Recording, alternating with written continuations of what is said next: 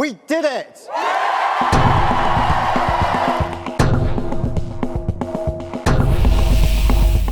ক্ষমা চেয়ে বিদায় নিলেন সুনাক, আশা দিচ্ছেন স্টারমার। দর্শক, ইতিমধ্যে আপনারা জেনে গেছেন যুক্তরাজ্যে ক্ষমতার পট পরিবর্তন হয়েছে। পরাজয় ঘটেছে ক্ষমতাসীন কনজারভেটিভ পার্টির, আর জিতেছে বিপুল ভোটে ভূমিধস বিজয় লেবার পার্টির। সুনাকের বিদায়, স্টারমারের ক্ষমতার মঞ্চে আগমন। দর্শক, আমি একটা বিষয় আসলে বলার জন্য আজকে ভিডিওটি এই বিষয়ে অন্তত কথা বলছি। খেয়াল করেন, আমাদের দেশে মাঝে মধ্যে পশ্চিমা গণতন্ত্র নিয়ে খুবই টিপ্পনি কাটা হয়। আমার মনে আছে বোধহয় 6 মাস আগে যখন কি পররাষ্ট্রমন্ত্রী আব্দুল মোমেন পররাষ্ট্রমন্ত্রীর দায়িত্বে ছিলেন, নির্বাচনের আগে অবশ্যই, তখন কোনো এক ব্রিটিশ মন্ত্রী বাংলাদেশে এসেছিলেন। তাকে তিনি বলেছিলেন যে বাংলাদেশ থেকে গণতন্ত্র শিক্ষা নিতে, মানে পশ্চিমা দেশগুলো নাকি বাংলাদেশ থেকে গণতন্ত্র শিক্ষা নেবে। তো আমাদের এই শিক্ষার পর আমাদের দেশে যে নির্বাচনটা হলো, তো আমি জানি না ওই মন্ত্রী এটা শোনার পর কি বলেছেন, তবে এটি মানে বিভিন্ন পত্রিকায় এসছে যে ব্রিটিশ মন্ত্রীকে আমি বলেছি যে বাংলাদেশ থেকে গণতন্ত্র শিক্ষার জন্য, এবং প্রয়োজনে মানে বাংলাদেশ থেকে ওই ব্রিটেনে যে তাদের গণতন্ত্র, তাদের নির্বাচন, এগুলোর ব্যাপারে তারা মানে সহযোগিতা করতে প্রস্তুত।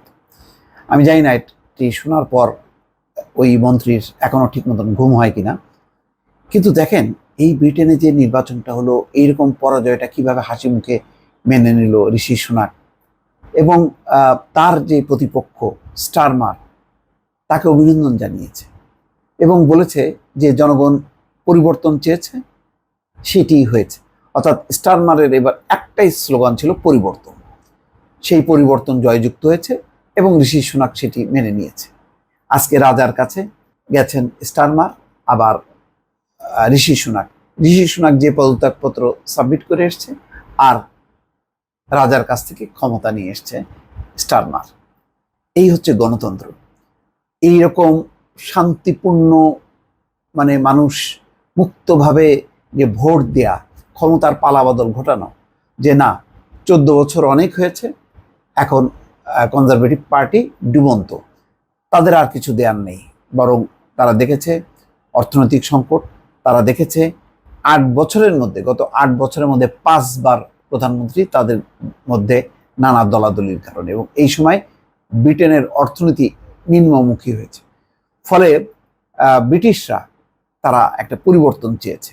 সেই পরিবর্তনের জন্য তারা স্টারমারকে সামনে এনেছে।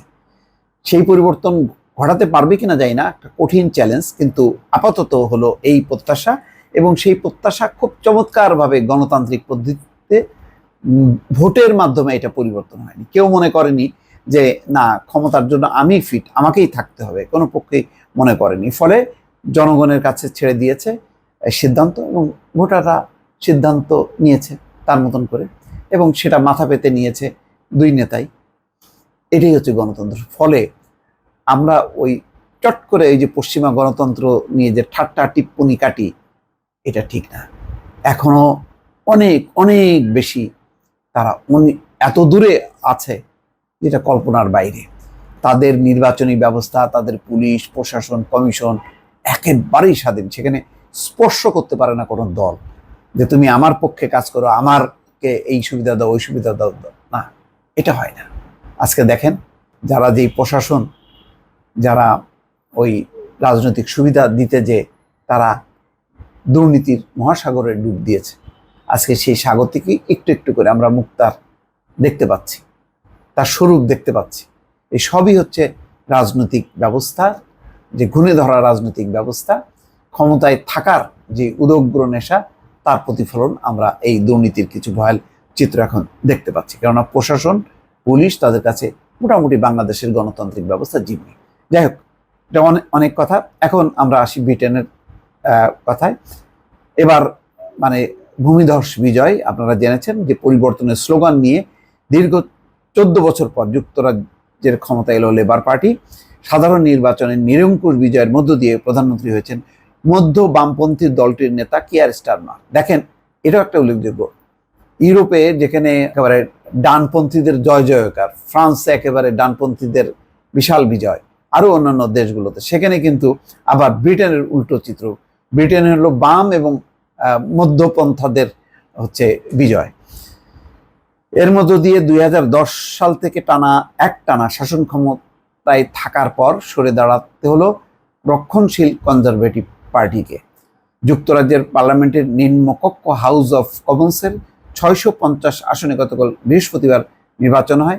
লেবার পার্টির জয়ের যে আভাস পাওয়া যাচ্ছিল তার ব্যতিক্রম হয়নি। আজ শুক্রবার প্রকাশিত হলো ঘোষিত ফলাফলে নিম্নকক্ষের 412টি আসনে জয় পেয়েছে দলটি। 2019 সালের নির্বাচনের চেয়ে 214টি আসন বেশি পেয়েছে তারা। অন্যদিকে কনজারভেটিভ পার্টি পেয়েছে 121টি আসন, যা গতবারের চেয়ে 251টি কম। লেবার পার্টির বিজয়ের পরপরই বাকিংহাম প্রাসাদে ডাক পান কিয়ার স্টারমার। সেখানে রাজা তৃতীয় চার্লস তাকে যুক্তরাজ্যের নতুন প্রধানমন্ত্রী হিসেবে নিয়োগ দেন। এর আগে বিজয় ভাষণে স্টারমার বলেন, পরিবর্তন শুরু হলো। আমরা বলেছিলাম বিশৃঙ্খলায় ইতি টানবো, সেটা করে দেখাবো আমরা। আজ থেকে যুক্তরাজ্যের নতুন অধ্যায়ের সূচনা হবে। স্টারমার এই নতুন অধ্যায়ের সঙ্গী হতে যাচ্ছেন বাংলাদেশি বংশোদ্ভূত ব্রিটিশ 4 নারীও। লেবার পার্টি থেকে নির্বাচিত এই 4 জন হলেন বঙ্গবন্ধুর নাতনি টিউলিপ সিদ্দিক, রোশনারা আলী, রূপা হক এবং আফসানা বেগম। নির্বাচনে বিভিন্ন দল থেকে ও স্বতন্ত্র হিসেবে মোট 34 জন বাংলাদেশি বংশোদ্ভূত প্রতিদ্বন্দ্বিতা করেছিলেন, এটাও রেকর্ড। এবারের নির্বাচনে লেবার পার্টি ও কনজারভেটিভ পার্টির বাইরে ছোট বড় মিলিয়ে অন্তত 96টি দল অংশ নিয়েছিল। এর মধ্যে ভালো করেছে লেবার পার্টি। যাই হোক, ক্ষমা চাইলেন ঋষি সুনাক। নির্বাচনে ভরাডুবির পর কনজারভেটিভ পার্টির দলনেতার পদ ছেড়েছেন ঋষি সুনাক। দেখেন, নির্বাচনে পরাজিত হয়েছে দল, সুতরাং সেই দলনেতার পদ তিনি আঁকড়ে থাকলেন না, তিনি সেখান থেকে পদত্যাগ করেছেন। লেবার পার্টির নেতা স্টারমার রাজার কাছে যাওয়ার আগেই বাকিংহাম প্যালেসে গিয়ে সরকার প্রধানের পদ ছাড়েন সদ্য সাবেক এই প্রধানমন্ত্রী। এরপর ডাউনিং স্ট্রিটের বাইরে দেওয়া এক ভাষণে দেশবাসীর কাছে ক্ষমা চান তিনি। দলের এই বিপর্যয়ের দায়িত্ব নিজের কাঁধে নিয়ে সুনাক বলেন, আমার সবটুকু দিয়ে প্রধানমন্ত্রীর দায়িত্ব পালন করেছি, তবে আপনারা পরিষ্কার বার্তা দিয়েছেন যে যুক্তরাজ্যে পরিবর্তন প্রয়োজন। আপনারা যে রায় দেবেন সেটি শিরোধার্য।